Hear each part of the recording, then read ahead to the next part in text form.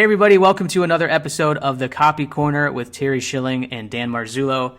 We're happy to have you guys back and watching, and we just want to take a quick moment that we know these are challenging times, and we still want to create content that is valuable for you all. Try to have some normalcy to all this. At the same time, I know a lot of you guys are going to be, continuing to write your websites and copy for your own business, still trying to plug away and to prepare yourself when things get normal. So we want to continue to deliver these valuable copywriting tips for you all.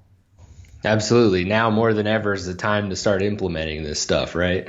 Right, yeah. And, you'll have a little bit more time. We're stuck at home.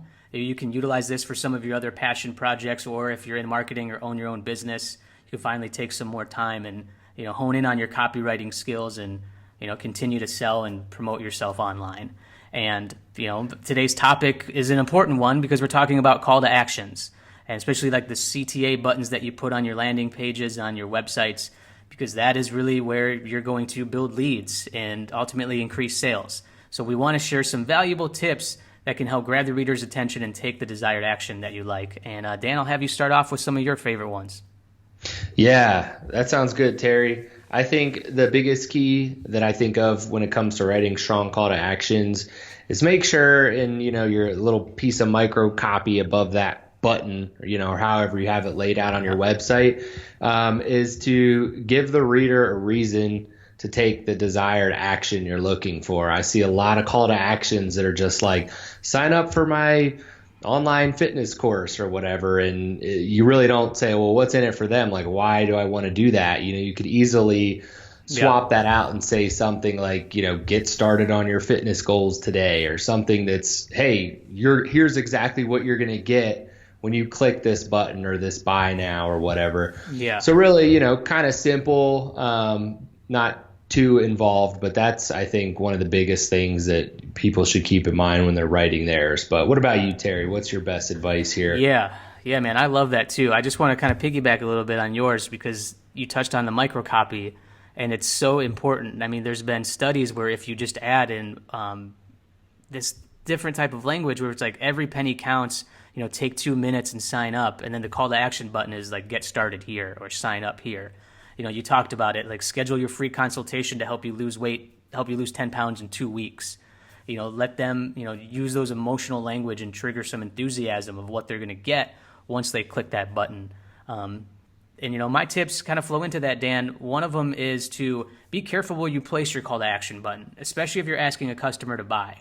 Because if you haven't established a reason why they should trust you and why you can solve their problem, then you're asking too quickly if you put that button at the top of the fold for like, here, get 20% off and buy now. Like, explain reasons, discuss the problem, have some empathy for the customer. Again, let them know that they can trust you, and then you can offer the call to action button. There's studies that have showed on landing pages, the big call to action button at the bottom of the page has increased conversions. It's higher than just having it placed at the top of the fold or even the middle of the page. So look out for that. Always remember, like, even ask yourself, it's like, would I buy this? Like, would I trust this customer? And that's when you want to put your call to action button. And then another quick tip is use a strong verb. Again, let them visualize what's going to happen when they click that button and take that next step.